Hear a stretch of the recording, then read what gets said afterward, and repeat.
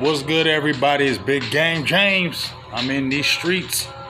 I'm in these work streets. It's been a long time since I've been in these work streets. You feel what I'm saying? But I felt like it's appropriate time since some couple trades happened for the Dallas Cowboys. So I thought I'd expound upon it right quick. We're definitely going to talk about it more this Thursday on the Big Game James Show with producer G. Make sure you jump out there and check it out. We'll be live on Facebook. We'll be live on our YouTube. I'm going to make sure my YouTube was live because it wasn't last time. We was popping it last time. But make sure in there because we're going to have a good time, talk Cowboys football, drink, smoke, all that good stuff. So you know what it is. But anyway, Cowboys made a trade. There was a lot of talk in the streets. I had a couple of my homies. One homie in particular, I don't really want to tell him his name because he be giving me a lot of good info. He know who the hell he is. He my dog. But, you know, he always constantly shoot me, feeding me info about what was, you know, the rumblings in the world and what was possibly going to happen with Dallas in these trades and were they going to trade because of we saw what happened yesterday, and I ain't talking about that tonight. We're going to talk about that Thursday. But, you know, he was sending me names, and, you know, he kept sending me names, and then we were talking back and forth, and then, you know, we kind of ironed out what we thought was going to happen according to the name. So I know Logan Wilson got signed from the Cincinnati Bengals. We had already knew that last night. I didn't know about Quinnen Williams. I thought it was either going to be Bradley Chubb or Micah Fitzpatrick. That's what the word was going hard in the streets. Pretty Ricky, who y'all, if y'all don't know who he is, get hip to him because he be having that info. But I thought it was going to be a Bradley Chubb. Because they needed an edge. Well, they needed some pressure because Dallas is not great at pressure, even though they had, I think, like 5 sacks against the Cardinals. Excuse me. Pressure, sacks, all that hasn't been great.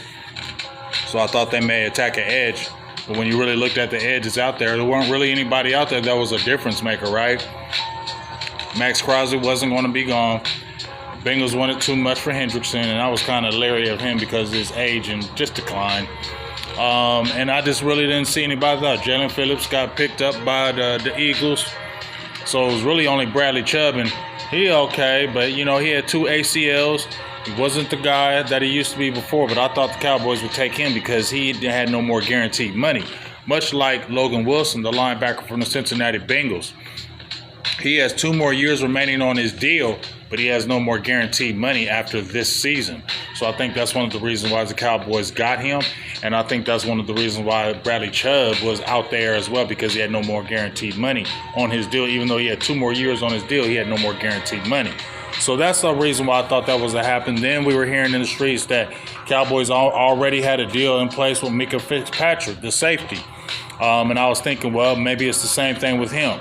Now, if the Cowboys would have got Chubb, Micah, and Logan Wilson, I'd have been like, that only person I would have liked would have been Micah because Dallas don't have no safety play. Dallas haven't had a good safety in a very long time. Micah, even though he's not a dog like he was like Pittsburgh, Miami early, he's still legitimate and better than anybody the Cowboys have, right? So that's the only one that would have been like, okay, I like that one. You feel me? But that didn't happen that way. Cowboys did get Logan Wilson for a 7th rounder. You know, obviously, linebacker help is critical. You know, Logan Wilson, he's a 100-tackle guy. I think he had like 3 or 4 seasons, 100 tackles. Earlier in his career was really good. Kind of tailed off a little bit.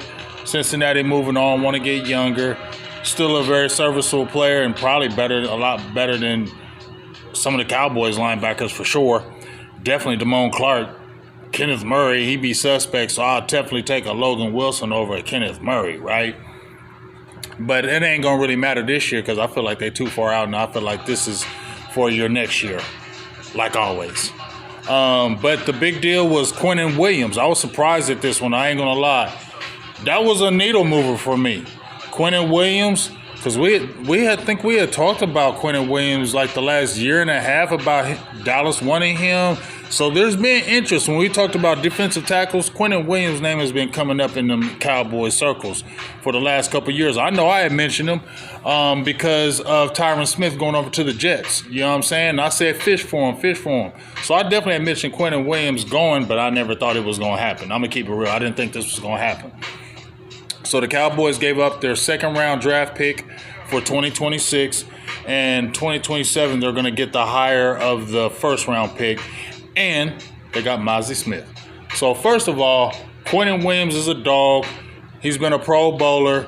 He had the one season where he had 12 and a half sacks. He went crazy, was top 100. He's a dog. Like, Quinnen Williams is a dog. He really solidifies your front. Obviously, you know, they got Kenny Clark. I don't know what's going to happen with that because I think he has an out next year and he's making $21 million. So they could let him go and probably keep Osa and pair Quinnen with him. I would love to keep Kenny Clark too, right? Because then you make him real formidable. That's a good problem to have. But you know how the Cowboys get with that money. But anyway, I don't know how all the contract details of what the money he's going to be making. He's probably going to be making the money because he just signed a deal. But I know he signed a lease until 2027, possibly 28. But he's a cornerstone. 27 years old right now, be 28 next year. You got some good years left on him. He's a dog player. He's the type of middleman you needed. Like, he's the guy that you needed. And he already had his defensive line coach over there in White Cotton. So that's a great pairing, right? So for that, Logan Wilson was okay. Quinnen Williams was a damn good shut-up signing. So if Jerry throwing out them shut-up signings, this was a shut-up signing that shutting people up, right? I ain't shutting up. But I like it. You get what I'm saying? Logan Wilson, I think it would have been the cherry on top would have been Minka, Quinnen Williams, and Logan Wilson. That would have been a trifecta. I thought, okay, that would have been a trifecta. But Quinnen Williams is definitely a great shut-up signing for a lot of people. Logan Wilson, not so much, but Quinnen Williams is a great shut-up signing. Jerry Jones, that's a great shut-up signing for Cowboy Nation and in the future. You still ain't a great GM. You could have did some things earlier. You always a day late and a dollar short, but I can't hate on this move. As I get ready to get off here, I said something in the streets, and this is not bashing, but I just want to make my feelings known. I said on my Twitter, I'm glad Mazi's gone. I am. I'm glad Mazi Smith is gone and out of here. I hope you have a great career in New York. I don't think you're going to have a great one at all. I think you're going to be like Charles Tapper that was with the Cowboys. I like Charles Tapper, but I looked in his background and I checked his story, and I remember reading his story, and as much talent that he had, he didn't like football. He just was playing because his mama made him. She was like, you going to get some money and you going to play this football. So the mama was really pushing him more than anything, him really loving the game. And you saw what happened. I said as soon as he got hurt, since he didn't have that passion and people made him play, he was going to fade in the wind. And that's what happened. And I feel like Mazi's this going to happen with Mazi too. I'm not hating on him, but I just didn't think he was a good player.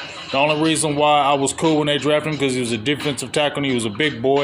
Anyway, I'm back in these streets because, you know, we're in these work streets. But anyway, I wish the best for Mazi. I hope he does good. I don't think he is. I think he's just, like I said, going to just fade in the wind.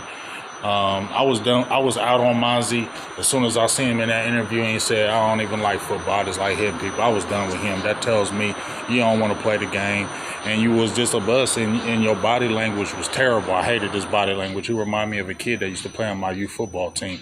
Big boy, big kid. Mom brought him out there. We was hyped and geeked up and whatever. And then we saw him. He was lazy as shit. Didn't want to never do anything. Just wanted to eat all day. You feel me? And his mom babied him all the time. So anytime I try to get him to work, he always be doing this.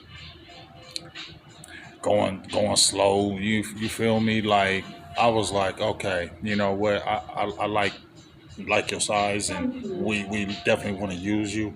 But bruh, you obviously don't want to play. You're only playing because your mama making you play. You know, I was just like, I get it. You don't want to play. Your mom's making you play. I'm sorry for that.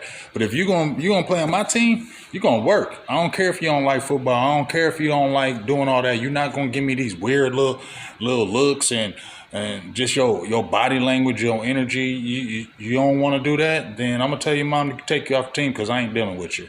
And we went for about 3 weeks, and we kept on doing the same things. Then finally, I just removed him from the team because I was like, I ain't dealing with you because I'm not babysitting no kid for no 2 hours and because you don't want to play. He reminds me of Mazi Smith. Body language was always bad. Just making excuses. Always had to get coddled. He reminded me of that kid. And I'm just glad he gone. That was a failed pick. It was a bust. There was no impact, none of that, and I'm just glad he gone. Wish you the best, Mazi, but peace, deuces, see ya, get out of here. Big Game James, I'm out. Peace.